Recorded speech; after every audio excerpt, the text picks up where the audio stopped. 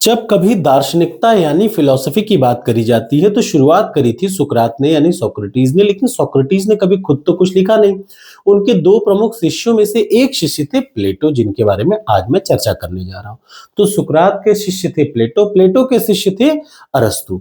तो अब आपको आज की क्लास में मैं बताऊंगा कि अरस्तु की आइडियोलॉजी और प्लेटो की आइडियोलॉजी में क्या फर्क था। क्योंकि देखिए, सुकरात के बारे में सब कुछ जो भी पता है सब इन्होंने लिखा, तो सुकरात का कंपैरिजन आप इनसे तो कैसे कर पाएंगे? क्यों? क्योंकि सुकरात जो भी सोचते थे उनके बारे में तो इन्होंने ही लिखा ना।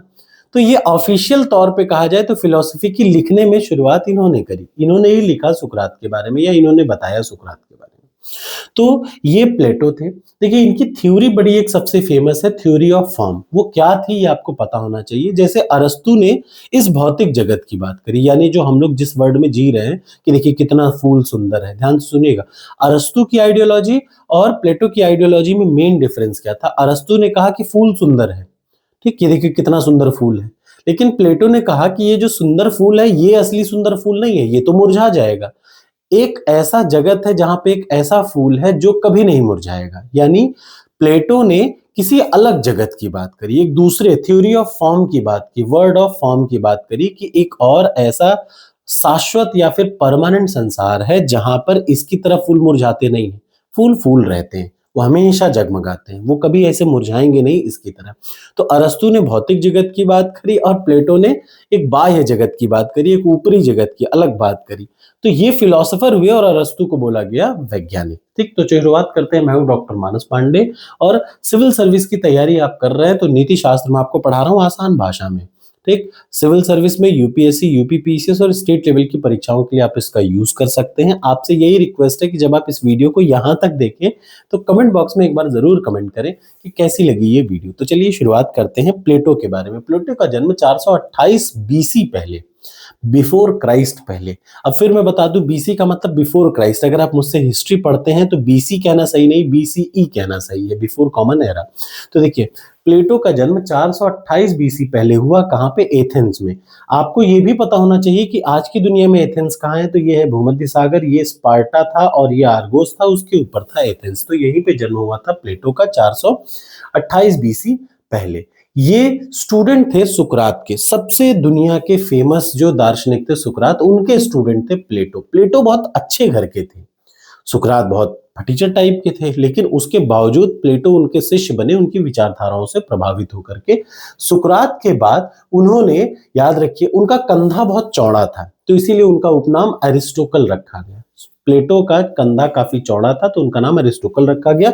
उन्होंने एक एकेडमी की शुरुआत करी, उन्होंने एकेडमी की स्थापना करी और बाद में पढ़ाया, और उसी एकेडमी में उन्होंने अरस्तु को भी पढ़ाया। ठीक, ये है इनके जीवन के बारे में। इससे ज्यादा आपको लिखना नहीं है। आमतौर पे जब मैं कोई टॉपिक बना रहा हूं यहाँ पर तो उसको इस हिसाब से बना रहा हूं कि 250 वर्ड 200 वर्ड में आपको परफेक्ट चीज मिल जाए। तो अब आ जाइए लाइफ और इन्फ्लुएंस। प्लेटो का जो मूल सिद्धांत था ना, वो हर चीज पे कहते थे कि आर्गुमेंट करिए, यानी डायलॉग करिए। सच को जानने का सबसे अच्छा तरीका है कि आप तर्क करिए। याद रखिए, यही सबसे बेहतरीन किया कि मुख्य रूप से संवादों के रूप में विकसित था। इनके जो संवाद थे वो 3 चरणों में थे। याद रखिएगा, प्लेटो के संवाद, अभी ये मैं इनकी टीचिंग नहीं बता रहा हूं, प्लेटो क्या किस फेज में थे। प्लेटो की जो बातचीत थी तो 3 फेजों में होती थी। सबसे पहला सुकरात को रेफरेंस, पहला चरण, जब पहले चरण में सुकरात को विचारों को वो बहुत बारीकी से उन्होंने दर्शाया। दूसरे चरण में उन्होंने अपने सिद्धांतों को, वही जो मैं आपको अभी बता रहा था थ्योरी ऑफ फॉर्म, उसको बताया। और तीसरे चरण में अधिक तकनीक या आत्म आलोचना, क्रिटिकल एनालिसिस करने की कोशिश की। तो प्लेटो की चीजों को या प्लेटो के सिद्धांत को 3 हिसाब से प्लेटो ने अपने बुक्स में या अपने लिखावट में दर्शाया। अब आ जाते हैं कोर टीचिंग्स ऑफ द प्लेटो। सबसे इंपॉर्टेंट यही है, कोर टीचिंग यानी मुख्य शिक्षा प्लेटो की। प्लेटो की 3 कोर टीचिंग है, याद रखिए, प्लेटो की 3 कोर टीचिंग है, जिनमें सबसे इंपॉर्टेंट और जिस वजह से प्लेटो को जाना जाता है वो है theory of forms. Theory of forms क्या है? यही पहला देखिए, प्रत्ययों का सिद्धांत। इसको याद रखिएगा, जब कोई पूछे प्लेटो किस लिए फेमस है तो Plato is famous for his theory of forms. Theory of forms क्या है? कि जितना भौतिक जगत है ना, ये ओरिजिनल नहीं है, ये उस मन की एक दुनिया का फोटोकॉपी मात्र है। इन्होंने क्या कहा, फिर से देख लीजिए, ये जितना भौतिक जगत है, ये लाइन पढ़िए, ये भौतिक जगत जिसको हम अनुभव कर रहे हैं या देख रहे हैं, ये बेसिकली एक शाश्वत एक क्षेत्र की केवल प्रतिमात्र है, फोटोकॉपी है। याद रखिए, जैसे मैंने आपसे ये एग्जांपल दिया, एक एग्जांपल से समझिए। एक फूल दिख रहा है गुलाब का, तो वो बहुत सुंदर आपको दिख रहा है, लेकिन प्लेटो ने क्या कहा कि ये जो सुंदर गुलाब आपको दिख रहा है, ये सिर्फ फोटोकॉपी है, ये सिर्फ क्या कहते हैं, फोटोकॉपी है, यानी उसकी प्रतिछाया है। किसकी?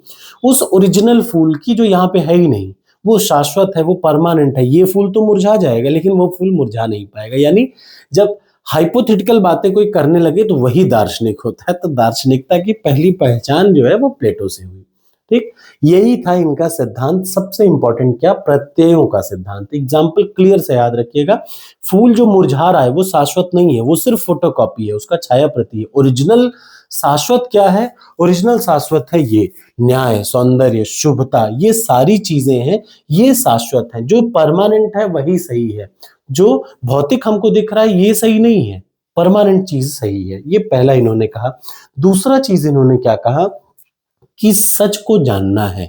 अगर आपको सच को जानना है तो उसके लिए सबसे जरूरी आपको आर्गुमेंट करना पड़ेगा। देख लीजिए, सच को जानना हो तो क्वेश्चन करिए, गेन थ्रू द रीजन। हर चीज पे तर्क करेंगे। जब आपको सच को जानना हो तो तर्क करेंगे, तभी आप सच को जान पाएंगे। क्या है, कैसे है, तर्क करिए। ऐसा ही क्यों हुआ, वैसा ही क्यों हुआ। तो प्लेटो का पहला सिद्धांत था थ्योरी ऑफ फॉर्म, और दूसरा था तर्क का सिद्धांत। माने हर चीज पे आप तर्क करना शुरू कर दीजिए। ठीक, तो ये था दूसरा। तीसरा जो सबसे जरूरी है, ट्राइपटाइट सोल, यानी त्रिपक्षीय आत्मा। प्लेटो ने कहा कि जो हमारे शरीर की बनावट है वो 3 पार्टों से है। सबसे पहला हमारा ब्रेन वाला पार्ट, सबसे पहला हमारा ब्रेन का पार्ट जो तर्क करता है, रीजनिंग करता है। दूसरा जो हमारी आत्मा है, यानी हमारी छाती है। ठीक, हमारी आत्मा या छाती है, वो फील करती है, भावना। तीसरा पेट यानी भूख। याद रखिएगा, ये 3 चीजों से बना हुआ है सामंजस्यपूर्ण। एक व्यक्ति जो होता है ना, वो इन 3 चीजों से मिला हुआ सामंजस्यपूर्ण व्यक्ति होता है, जिसमें तर्क, भावना और क्षुधा को नियंत्रित किया जाता है। ये थी टीचिंग प्लेटो की। आशा है आपको ये वीडियो अच्छी लगी होगी। अब इसके बाद हम लोग जल्दी ही सिविल सर्विसेज में एथिक्स की चर्चा करेंगे। ऑलमोस्ट अधिकतर थ्योरीज मैंने पढ़ा दी है, कुछ थ्योरीज बची है, कुछ टॉपिक बचे हैं, वो मैं कंप्लीट कर दूंगा। Thank you so much. अच्छा लगे तो लाइक करिएगा।